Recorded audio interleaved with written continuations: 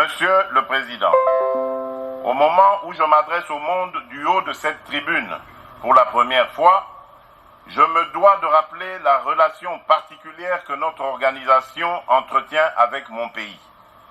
Tout d'abord, cette relation suscite en moi un sentiment de reconnaissance.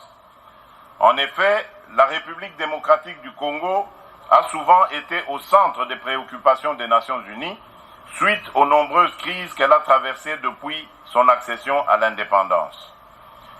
Depuis le décès tragique du secrétaire général Dag Hammarskjöld, en passant par les nombreux casques bleus tombés au combat, jusqu'à plus récemment l'odieux assassinat des experts onusiens Zaïda Catalan et Michael Sharp, l'Organisation des Nations Unies, plus que toute autre organisation internationale, a vécu dans sa chair les réalités que vivent de millions de mes compatriotes. L'ONU et ses nombreuses agences ont également déployé d'importants moyens pour soutenir la République démocratique du Congo.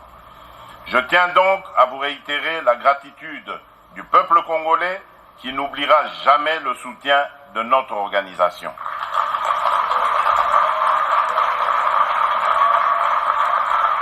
Cela étant dit, je ne peux m'empêcher de regretter que l'histoire de mon pays soit si douloureusement liée à l'ONU qui, 24 années durant, sur nos 59 années d'indépendance, y a déployé une mission de paix.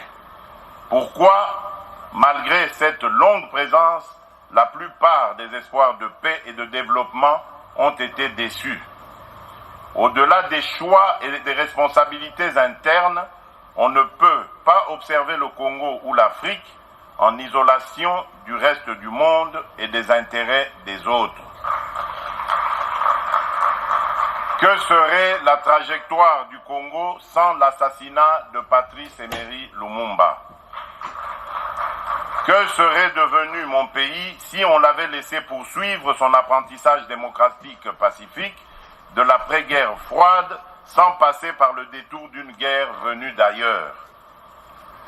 Et sans vouloir remonter aussi loin dans le temps, nous vivons chaque jour ces chocs d'intérêts qui expliquent le plus souvent la fragilité récurrente de la République démocratique du Congo. Aujourd'hui, le plus grand défi de la République démocratique du Congo est celui de la paix, la sécurité et la stabilité.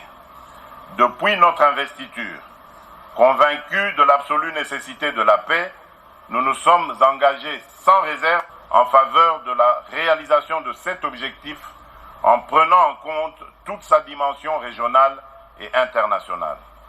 C'est dans cette perspective que j'ai proposé en juillet dernier au 39e sommet de la SADC tenu à Dar es Salaam la création d'une coalition régionale à l'image de la coalition mondiale contre le terrorisme pour éradiquer le fléau de l'insécurité créé par les groupes armés d'origine interne et externe. À l'est de mon pays, nos forces de sécurité se battent au quotidien avec le concours de la MONUSCO, déterminées à éradiquer les forces négatives qui sèment la mort et la désolation au sein de nos populations.